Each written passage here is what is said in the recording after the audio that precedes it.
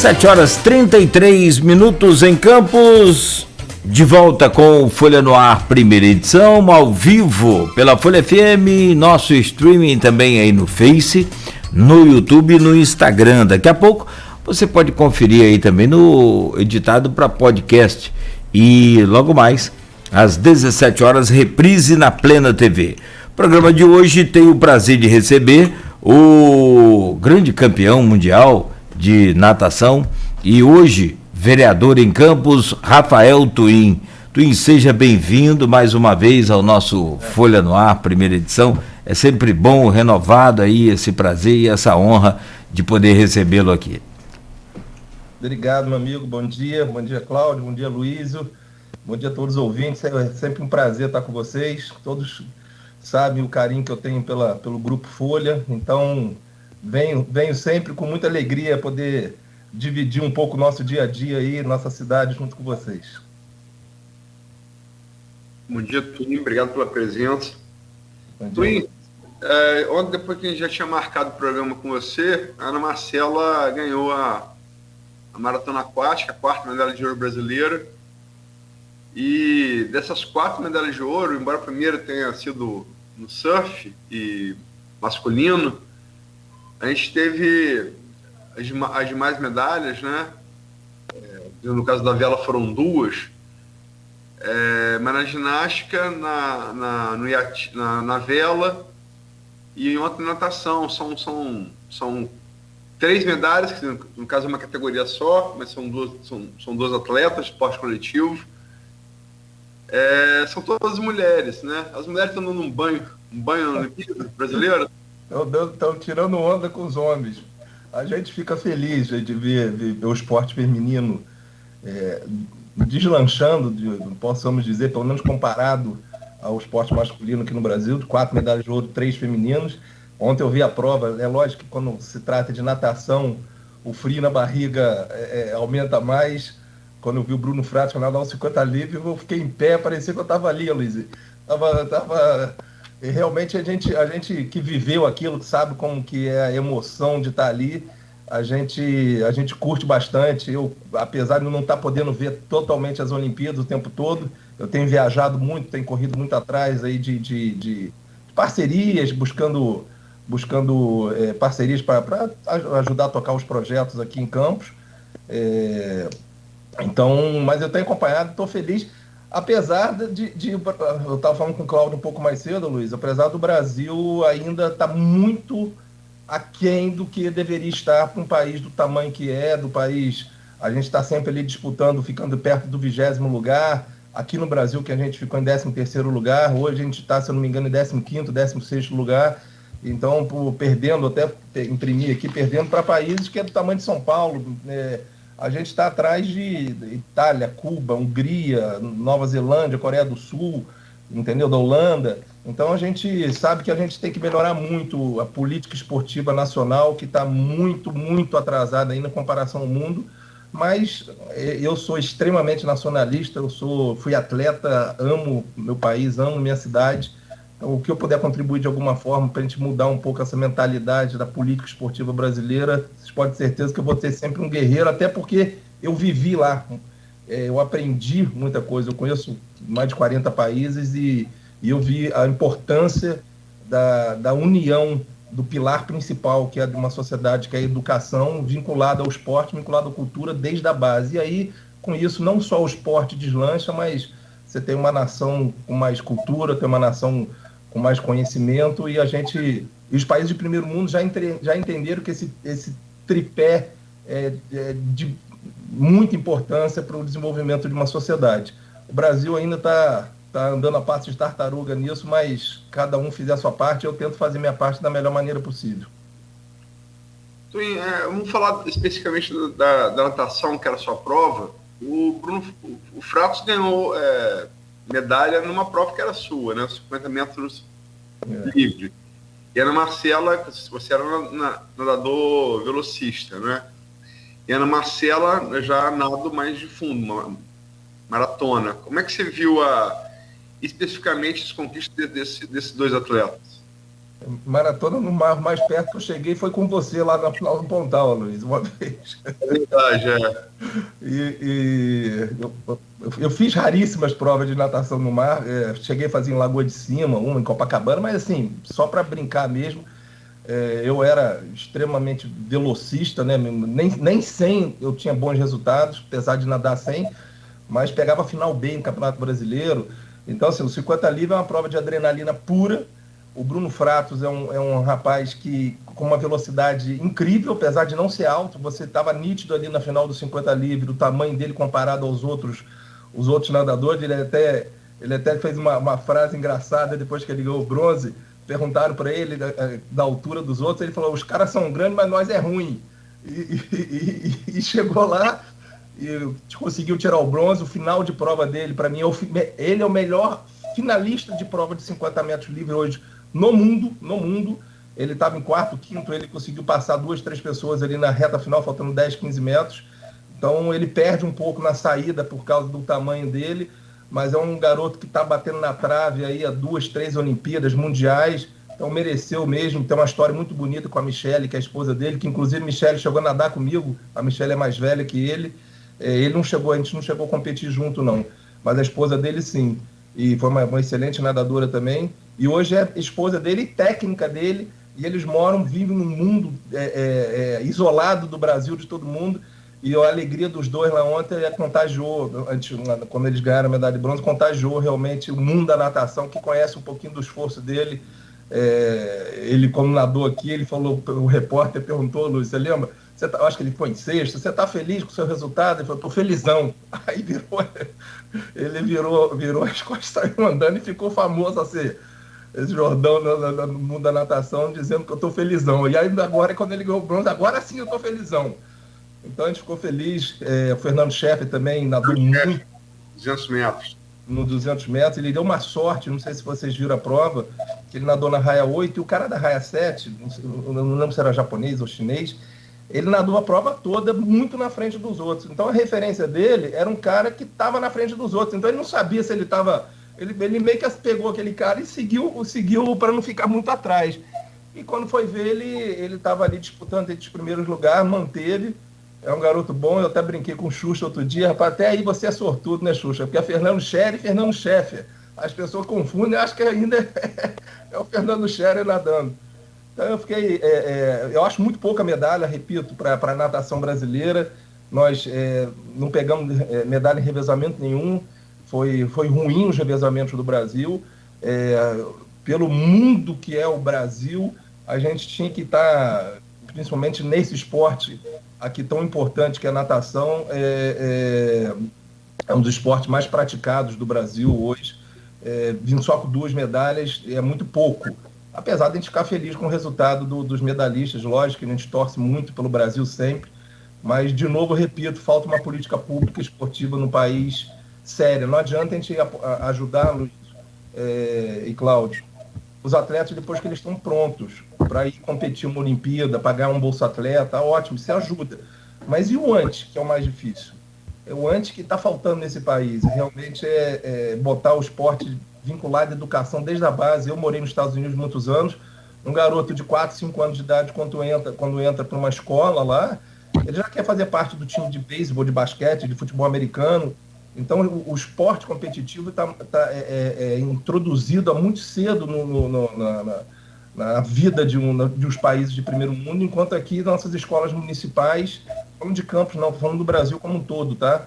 Nossa escola tem algumas raras exceções no Sul, São Paulo está bem à frente do Rio de Janeiro, mas você vê, a maioria das escolas municipais tem mal uma quadra poliesportiva, no qual nós todos sabemos, Cláudio, como que era a nossa educação física. Vai lá, joga pelada, joga queimada e acabou. A maioria da educação física, não por culpa dos profissionais de educação física, mas por falta de estrutura realmente.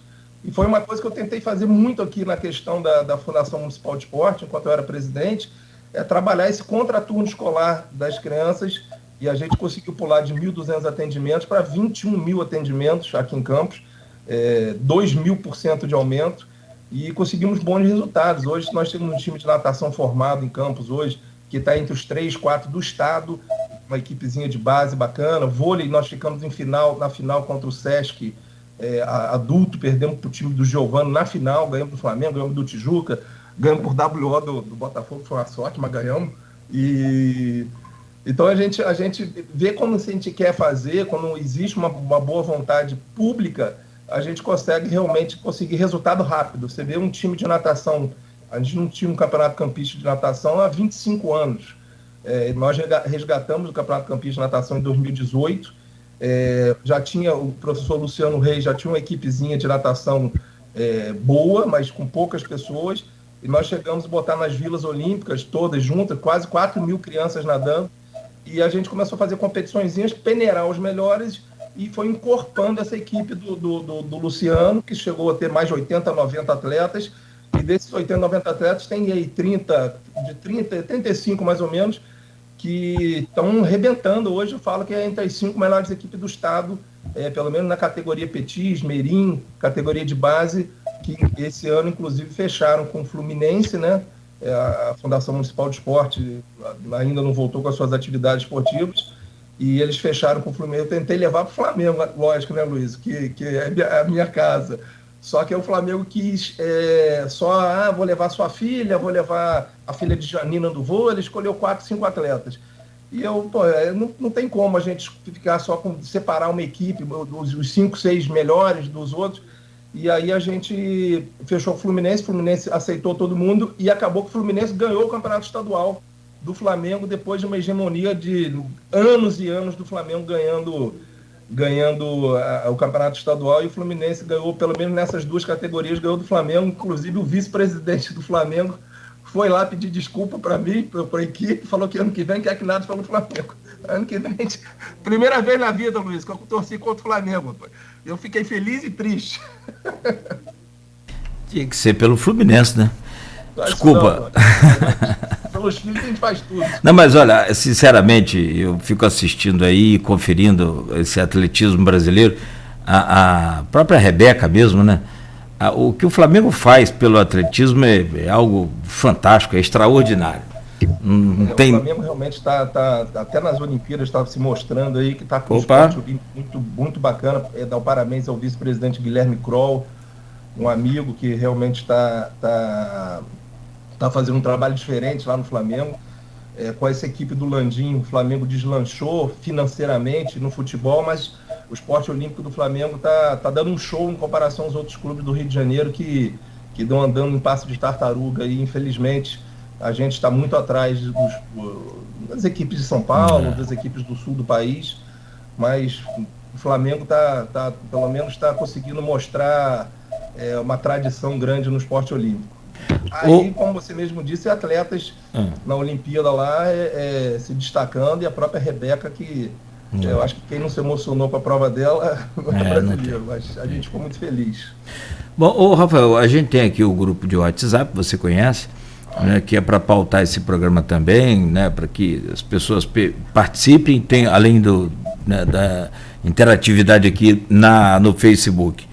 Tem uma pergunta da Silvana aqui para você, e ela fala justamente aí dessa questão de natação. Rafael, como você analisa os esportes aquáticos brasileiro feminino?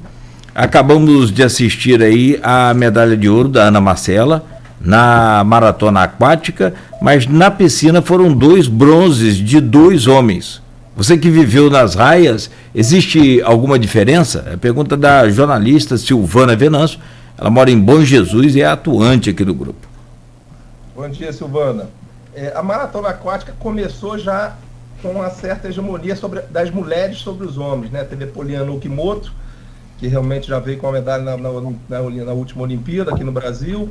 A Ana Marcela agora com ouro, que só tem 2 ouros na natação, que é o do Cielo e agora da Ana Marcela, né? Nunca teve ouro na natação brasileira. O Cielo é o único ouro da natação brasileira masculina, agora a Ana Marcela é o único ouro da natação, apesar de ser natação aquática. E realmente o histórico do Brasil realmente marítima, né? Natação no mar, natação no mar. E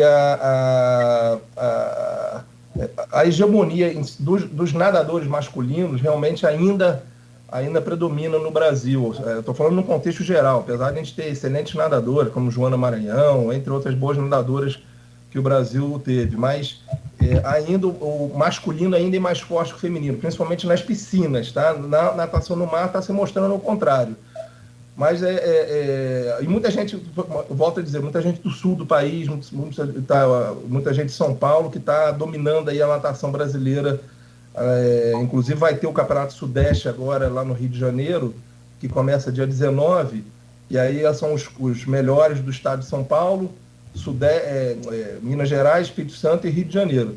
Vamos ver como que o Rio de Janeiro vai se posicionar aí no campeonato Sudeste, que vai acontecer no Clube Vasco da Gama a partir do dia 19 agora de agosto. Mas ainda na piscina, a natação masculina ainda está um pouco melhor, mas nada que isso mude com um bom trabalho. Ô, Rafael, uma coisa interessante do Bruno Fratos, você falou que nadou com a esposa dele, é que ele, no começo da carreira dele de atleta, ele era nadador de fundo. Ele se tornou velocista depois. É normal essa transição? Você falou, por exemplo, aqui que você era nadador de prova curta mesmo. Mas o caso dele, como ele começou a treinar provas longas, depois virou velocista. Pergunta, é normal esse tipo de processo? Não é comum, não. O que acontece é o seguinte, Luiz, o certo do treinamento, né? Eu cheguei a passar um pouco por isso, eu cheguei a nadar, apesar de eu ser velocista, mas eu garoto, o Jaci, que foi meu técnico aqui, inclusive eu nadava na BB durante um período, que hoje é a sede da Fundação Municipal de Esporte. Eu cheguei a nadar prova de 1.500, 200 peito. Eu lembro uma vez nadando 200 peito, nossa, que coisa desesperadora. Mas você tem que fazer a base do atleta primeiro. Então é importante as pessoas, quando começam, a ter volume de treino um pouco maior do que no final. Hoje a quantidade de treino comparada à minha época caiu muito, é muito mais específico hoje faz muito mais educativo, principalmente nas provas de velocidade. Na minha época, um velocista treinava 7, 8 mil, hoje um velocista treina 3 mil. Então, da época do Cielo para cá, começou a cair muito o volume de treino e passou a ser muito mais específico, inclusive musculação, trabalhos com elástico, trabalhos de saltos, então um trabalho muito mais específico para a natação como um todo. Mudou muito, Luiz, mudou muito falo aí de uns 8 anos para cá, todo o treinamento da natação. Agora, é normal, principalmente no passado, os atletas treinarem mais volume e depois ir definindo qual é a sua melhor prova. Então, o Fratos, ele realmente nadava algumas outras provas, não teve grandes resultados, e ele foi vendo qual era o melhor resultado dele, e acaba sendo fibra branca, fibra vermelha, né? A gente sabe que depois você, quando vai ficando mais velho, não adianta um velocista querer nadar a prova de fundo que ele não vai conseguir, entendeu? E vice-versa, às vezes não adianta um fundista querer acelerar, que ele não vai conseguir acelerar igual um velocista. Mas no início da carreira é normal as pessoas tentarem de tudo um pouco. Tem aqui várias intervenções aqui no stream. O Nogueira fez uma pergunta do grupo, do WhatsApp. Tem várias intervenções no stream também aqui. Várias intervenções, perguntas. Tem pessoas que estão adiantando o tema do próximo bloco, que é o para esporte. Eu vou deixar que está pautado o próximo bloco. Tem aqui, vamos falar sobre Olimpíada aqui. Tem aqui a Terezinha Bianchi. A natação é um esporte rico? Não, eu não acho que é esporte rico, não. É um esporte com mais difícil acesso. Não é, natação é de todos, né? Aqui, por exemplo, em Campos, através das Vilas Olímpicas e através da Fundação Municipal de Esporte, era o esporte mais praticado na Fundação de Esporte na minha época. Tava acima, a gente tinha 23 escolinhas de futebol, que atendia em torno de 2.000 crianças no futebol, crianças até 16 anos, e na natação quase 4.000 crianças em 16 piscinas públicas. Então, a gente, aqui em Campos, o que falta mais uma vez, eu vou bater na mesma tecla, é vontade do poder público de abrir esses espaços para a população. Agora, se tiver oportunidade, não faz a menor diferença de faixa etária. Sim, se não tiver oportunidade pública, aí fica mais difícil uma pessoa com menor poder aquisitivo de poder ir num clube, pagar um clube, poder treinar. Então, se for por esse lado, às vezes pode ser um pouco injusta. Agora, se o poder público ajudar como deveria ser e dar oportunidade, é um esporte para todos, e muito completo, né? Hoje a federação, a FARJ, inclusive eu conversei ontem, durante muito tempo, com o presidente da FARJ, eles querem fazer um trabalho, a FARJ hoje é a Federação Aquática do Estado do Rio de Janeiro, né? É uma das maiores federações que tem comparado às outras, porque envolve 5 modalidades, né? Natação aquática, natação no mar, saltos ornamentais, polo aquático, e tem mais um, e saltos ornamentais, né? E nado sincronizado. Então, são 5 modalidades dentro de uma federação, e ele estava falando que realmente, parabenizando o trabalho que nós fizemos lá atrás em Campos, hoje botou essa equipe aí entre as 5 melhores, né? Lógico, todo o mérito do técnico Luciano Reis e toda a equipe esforçada, mas você vê que um trabalho público, massificando o esporte, dando oportunidade para todos, e hoje, um período curto, né? Um período de 4 anos, a gente tem entre as... Eu te falo que ficaria em terceiro ou quarto, se não competisse pelo Fluminense, a pontuação que a equipe de Campos fez ficaria entre os 4 melhores do estado do Rio de Janeiro, em todos os clubes do estado do Rio de Janeiro, contando Resende, Volta Redonda, Flamengo, Fluminense, Vasco. Então você vê quando a gente faz um trabalhozinho simples, entre aspas, né, mas com vontade a gente consegue resultados rápidos, né? Você falava do Brasil aí, Rafael, só para a gente fechar esse bloco, eu tenho aqui uns dados aqui que eu tentei levantar, deixa eu ver se eu localizo aqui rapidamente, sobre a equipe brasileira nos Jogos Olímpicos. A gente tem uma noção, são 309 atletas, 42% deles não tem nenhum patrocínio, 19% vivem com menos de R$2.000. 7% você viu? 7% vivem com menos de R$1.000 de auxílio. 13% foram para. Eles fazem vaquinha, vivem de vaquinha. Né? São heróis, né, Cláudio? Claro, é isso que eu queria justamente te perguntar. E aí, você teve tem o talento, essa coisa. Você teve a sorte também. Eu não acredito muito em sorte, eu acredito em Deus e trabalho. Trabalho e Deus, e inverso, enfim. Mas 13% fizeram vaquinha para ir aos jogos. 10% sequer vivem de esporte. São motoristas de aplicativos, né? E os caras batem laje durante a semana, literalmente, para no final de semana praticar esporte. Como é que é ser atleta amador no Brasil com essa concepção de que o governo não investe? Abre um espaçozinho ali para a questão de impostos, mas também as empresas parecem não entenderem isso e preferem pagar o governo. Como é que você vê isso? Isso tem como mudar? Tem, vou voltar, a gente estava falando sobre isso. Falta uma política pública brasileira de base, vinculada à educação, é isso que falta. O Brasil não conseguiu entender. E, Aloysio, isso é tão grandioso, os países de primeiro mundo já entenderam isso, que não é para... Quando a gente fala o seguinte, uma vez eu fui na Coreia do Sul competir em Daegu, e eu tive a oportunidade de conversar com um dirigente do Comitê Olímpico Coreano. E ele comentou comigo, eu perguntei como é que podia um país, na época, que tinha 50 anos, que tinha sido devastado pela Guerra das Coreias, e um país que já estava anos-luz na nossa frente, tanto no esporte, quanto na saúde, quanto no desenvolvimento econômico. Eu fiquei encantado com a Coreia do Sul. E eles falaram, é muito simples. Primeiro que a gente pensa a longo prazo. A gente pensa, a nossa política hoje é uma política imediatista, né? A gente pensa no dia de hoje. Eles pensam há 20 anos, 40 anos na frente. E eles falaram exatamente isso. E eu peguei a fala dele e transformei como projeto administrativo meu enquanto secretário, enquanto vereador, enquanto eu puder ajudar com o cargo público de alguma forma, que é a educação, que é o pilar de qualquer sociedade, esporte e cultura andando de mão dadas. E aí eu fui perguntando para ele, e ele falou o seguinte, não é um esporte para ganhar medalha, Cláudio, lá em primeiro lugar, é um esporte que economiza bilhões e bilhões e bilhões na saúde.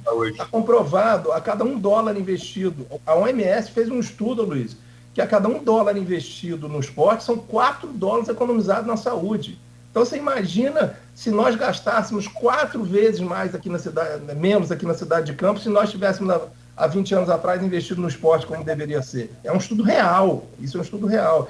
E outra coisa, lógico que a gente sabe que o garoto, que em vez de estar no contraturno escolar, soltando pipa e vendendo a maconha, fazendo o transporte, ou se metendo em coisa errada, ele vai estar ali jogando uma bola, jogando um basquete, então faz parte de um time, aí o técnico dá bronca se ele bebeu no dia anterior, se ele fez alguma besteira. Então você acaba ajudando não só a saúde de uma cidade, mas com a segurança de uma cidade. Então isso não é papo de político, não, isso é real, e o Brasil não entendeu isso ainda. Não é só o esporte, Cláudio, para ganhar medalha em primeiro lugar, mas é para você mudar uma sociedade como um todo, da pessoa, da questão da amizade que você tem, do respeito, do horário, do patriotismo que você passa a ter mais orgulho da sua cidade. Você acha que eu não tenho orgulho de campo, não tenho orgulho... quando eu fui campeão do mundo em Xangai, que eu levei até uma bronca do técnico da seleção brasileira, que eu subi com o casaco da seleção brasileira, mas na hora eu abri o casaco, estava lá Campos. E não podia, mas eu tinha que mostrar minha cidade para o mundo naquele momento ali. Então, você passa a ter orgulho, você passa a ficar feliz de poder representar a sua cidade, de poder representar seu país. Então, isso mexe muito e você passa a cuidar da sua cidade, você passa a cuidar do seu país. Então, assim, você vê a Coreia, principalmente os países orientais, Luiz, o nacionalismo deles, o próprio americano também é muito, né? A gente não pode falar do americano, que eu acho que é o mais de todos. Mas isso mexe, o esporte mexe com uma cidade como um todo. Quem não se emociona de ver um hino nacional, gente? Nós tivemos 4 medalhas de ouro já na Olimpíada agora. Poxa, qualquer um se emociona. A própria menina do skate também, apesar de não ter ganho o ouro, mas quem não se emocionou com a fadinha no skate, ela dançando, ela brincando. Então, é um momento, principalmente as Olimpíadas, gente, é um grande ensinamento para nós todos, para mostrar, vocês estavam falando mais cedo aí, Luiz, até sobre prefeito, governador, secretário de governo. Gente, olha o exemplo que o esporte dá. Que foi Cláudio que falou, é a união, gente. É a única coisa no mundo que consegue colocar lá países comunistas, países de direita, países que estão em guerra, países que não se falam, tudo no mesmo lugar, e todo mundo se cumprimentando, e todo mundo morando na mesma Vila Olímpica, e é um clima excepcional. Eu já tive a oportunidade de ficar em várias Vilas Olímpicas, não existe guerra, não existe diferença, existe ali pessoas que estão competindo uma com a outra, mas sem querer o mal da outra, entendeu? Então, o esporte, a Olimpíada, para mim, é o maior evento do planeta, ensina muito para a gente a questão da união, que é o que deveria gerar, não só no esporte, mas na política, principalmente, que a gente estava... Cláudio me perguntou antes da reunião se eu estava gostando de ser vereador, eu falei que é um mundo muito diferente para mim. Eu ainda minha cabeça é muito na questão de você pensar em grupo, pensar em conjunto. O esporte ensina muito isso e é um pouco diferente da política, infelizmente, que não deveria ser, né? Acho que a gente tem que aprender mais com a magia positiva do esporte. Perfeito. São 8h01, avançamos aqui um pouco desse bloco, a gente adianta, faz um rápido intervalo e daqui a pouco, vereador, a gente volta para continuar o nosso papo. E a você que está em casa e está nos acompanhando no rádio ou aqui pelo Face, interagindo, né, participando aí conosco ou só assistindo, né, segue aí firme, a gente volta em instantes no oferecimento dos laboratórios Plínio Bacelar e Proteus, serviços de saúde e medicina ocupacional, inclusive consultas médicas, fisioterapia, acupuntura, tudo na Proteus.